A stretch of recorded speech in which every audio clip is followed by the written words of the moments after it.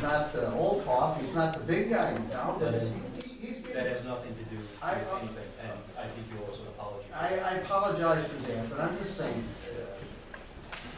the ordinance permits what we are attempting to do just as it has in the past, and I would at least ask the board to consider the arguments and have council take another look at it in light of what I said. Because I can't believe that you can just outright dismiss it in light of your ordinances. Mr. Meter? I'll agree with them to a certain extent. The problem is the qualifying language under section D1 on page 4 of chapter 9 of the ordinance. The land uses allowed in a residential PUD shall be those permitted uses for the district listed on the use table in chapter 3, section E. Section E, if you look at it, it's the little table up in the front.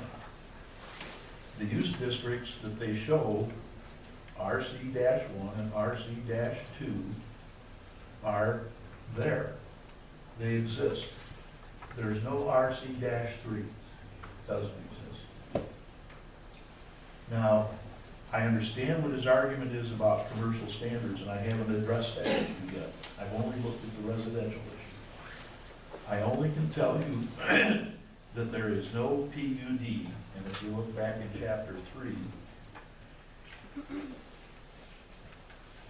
you have a specific classification for, give me 1 minute, chapter 5, page 2, no, page 3 probably. You have a specific classification called an RC-2 PUD district. It's chapter 5, page 4. And it gives the purposes and the permitted uses and the administration for that classification. Similarly, you have one for RC1 that is found at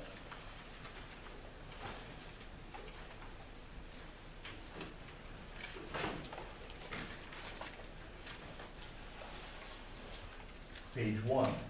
With an RC1 PUD district, section A, section B, section C. Now, I presume those have been set out for a specific reason, that they're allowed.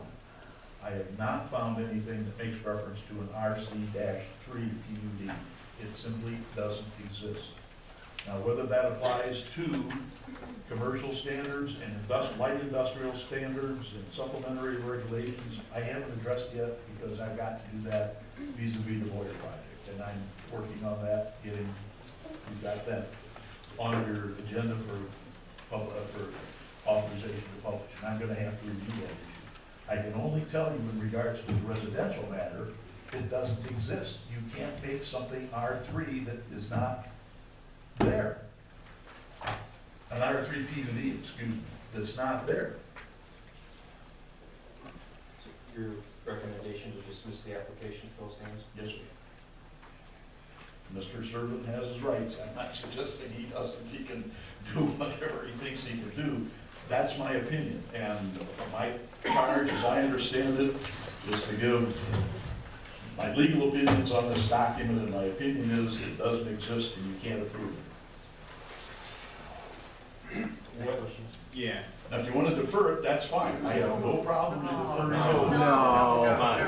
No. Ladies and gentlemen, stop. That's your decision and within your discretion. And maybe Mr. Servant can convince me, and maybe he can't. I can't answer that question at this point without sitting down with him and doing some research. But based upon what I've read within the framework of the ordinance, you can't create a classification out of whole air. You just can't do it. If I would agree with his argument fully, by the way, if there was not a designation of RC1 and RC2. But because there is a specificity in those two residential classifications, there isn't any specificity in the other classifications. But there's a specificity for an RC1 and an RC2. So to me, that tells me if RC3 wasn't created, it's not intended. He's correct. There are no PUD classifications for any of the commercial. There's no PUD classifications for any of the industrial. So that appears to me to be a totally different question. But whoever, a previous town council, adopted this ordinance which made a specific classification for certain residential. They didn't do it for commercial, so there's a distinct difference. My assumption is if you created an RC1 and an RC2, if the town council was going to create an RC3, I would have seen it, and I don't.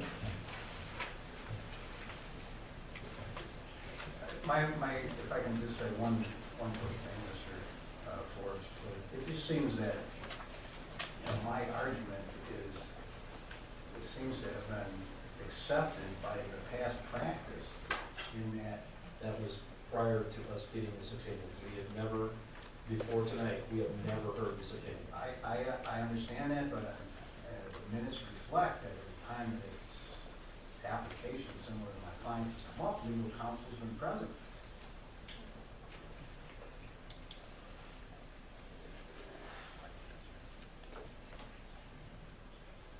I think we should defer. We've got one meeting. And this way, that'll give that time to talk. And if it's something we have to remove, we can do it. The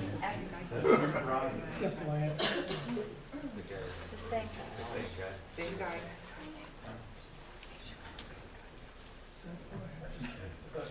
Approving prior PE3, we should at least give the attorney some time to review and get it with our planning director to figure this out.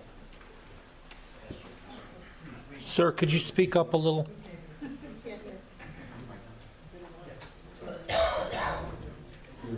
You're leaning towards the firm. Because 2 months ago, we approved PE3. Sir, could you please speak up a little? I'm sorry, since we previously approved, within 2 months ago, another PE3, I think. I don't know how long you've had time to review this opinion, but it was just today, potentially give them more time to confirm that there is no PE3. Unless, Mike, you're telling me that there is no PE3, and, or if it was just determined today, you found it today. This has been done in the past 7 days. Okay, so he just had time to review it. I mean, we approved prior PE3s within like 10 years. And again, it was based on another opinion. We now have a new opinion that this is not allowed. So we're caught in the middle here. I don't. I'm not disputing that. I don't profess to be an attorney. I know the zoning ordinance, but this interpretation is new to me. Again, I just found out about it today.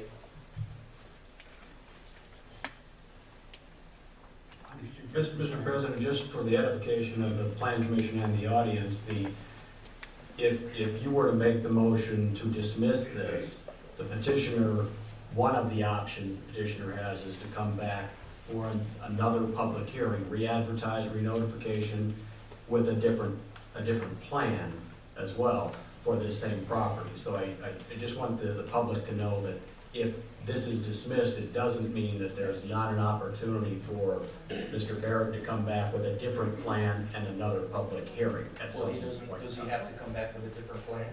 He'd have to file a new set of applications. He'd have to reapply. The plan could be the same. Okay. The way it is carved up from zoning districts would be different. The area that he has designated as multifamily, he would have to be zoned as R3. Straight R. Straight R3. And the areas where he has single family, he could do an RC-2, which is permissible under the ordinance if he meets the standards of Chapter 9. If he chooses to reapply under a 3, then by the time he gets to a subdivision plat, he would have to secure variances for those items that do not meet the strict standards of the R3 classification in front of the BZA. So he can still do what he wants to do, he just can't do it the way he's trying to zone it, is my point.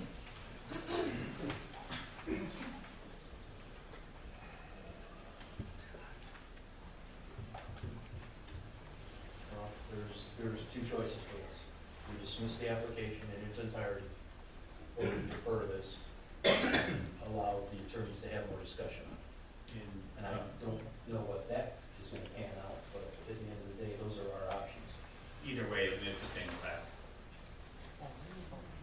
No, because if we defer this public hearing, this plan, all this will continue at some point. If you defer it, you're ultimately going to have to make the decision as a predicate to hope continuing the public hearing.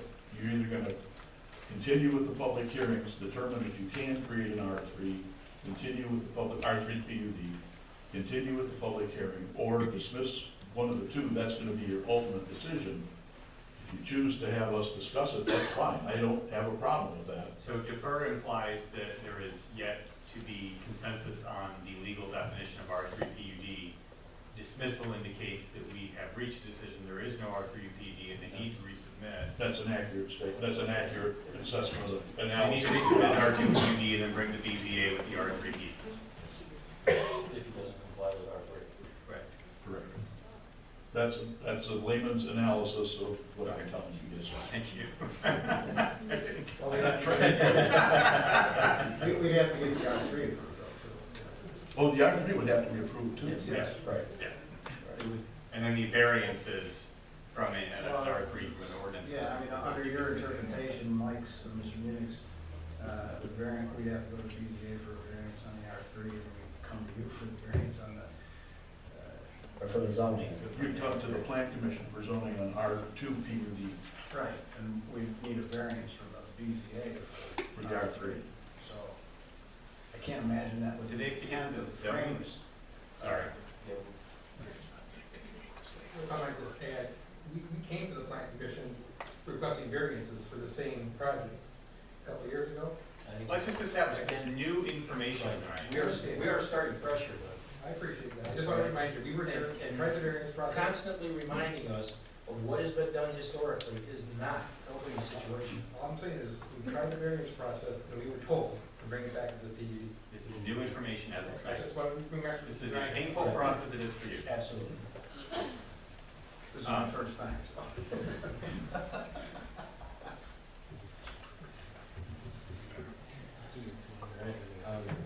You know what's on the table, gentlemen, I'll entertain a motion.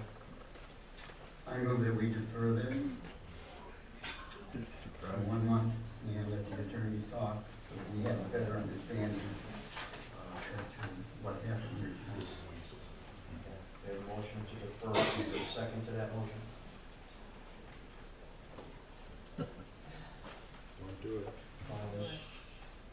Calling again for a second on that motion. Hearing none, motion fails. Make a motion to dismiss, based on, the, advice of, Attorney Munich. A motion by Mr. Williams to dismiss the application. Is there a second to that motion? Second. Second by Mr. Kennedy. Those in favor signify by saying aye. Aye. Aye. Those opposed? Motion carries. Sorry, gentlemen. Therefore, there will be no Three Springs public hearing this evening. Boo.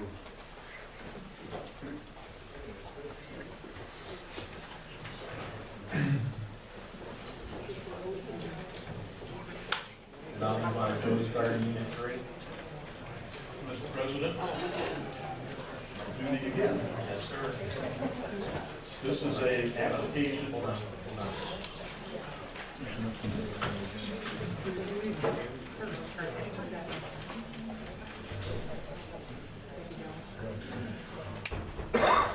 Ladies and gentlemen, we still have a meeting going on. If you're going to exit, please do so quietly.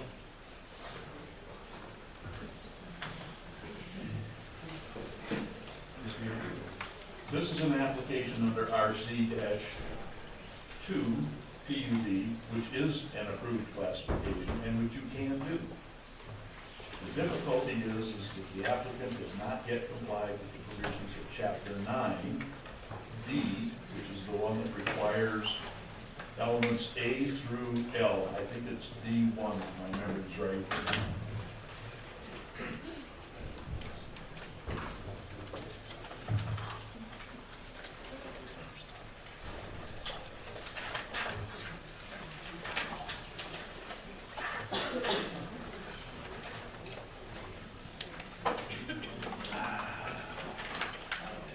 It is Chapter 9, page 2, B2, which starts with A and runs through L, and gives a lengthy list of elements that have to be submitted with the application. Under B6, there are special findings that have to be made for a PUD the application over and above what the normal findings are that we routinely do with every other matter that we do. Under D1, it has certain bulk requirements, which I am advised it meets. I talked with Mr. Edwards about that. Then, under G4, there requires a contract between the town and the PUD, or excuse me, and the developer, that has to be approved at the time, and we obviously have, we do not have that document. There are a host of items that have to be met. I presume Mr. Reddick can meet those. Maybe I shouldn't be presuming. I presume he can meet those in time, but this matter can be deferred and salvaged, unlike the other classification, because this classification does exist. It's just that the application, as it's submitted and has been brought before you, has items that are missing from it. So it can be deferred if you choose to do so, so that the application can be brought into compliance. Have you been informed about this? I was informed of that today, yes. Okay. Do you feel that you can accomplish this in 30 days? Yes.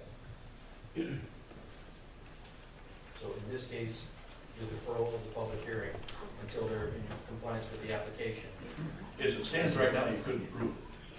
You don't, those conditions haven't been met, especially the conditions for the developmental contract and the other items that are contained in chapter 1. So under this, those deficiencies can be cured. And if you can do them in 30 days, I have absolutely no problem. That's an allowable procedure within the framework of the ordinance. Your recommendation is just to defer it for now, not nothing. Well, the problem is you can't have a valid remonstrance unless these elements are present for public discussion. I don't know how you're going to discuss them. Does there need to be a re-advertisement of the No. public hearing? No.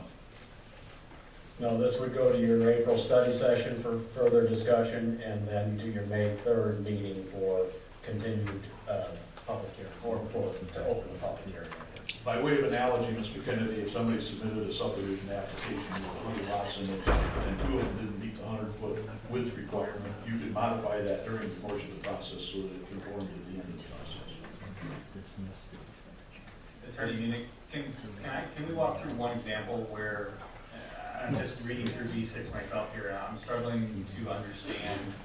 B6 is the findings. Yeah, I just need to kind of walk through one concrete example of where we're not kind of meeting the town code here.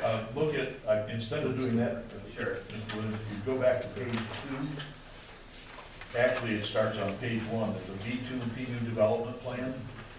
Okay. Okay, and it says shall include the following information.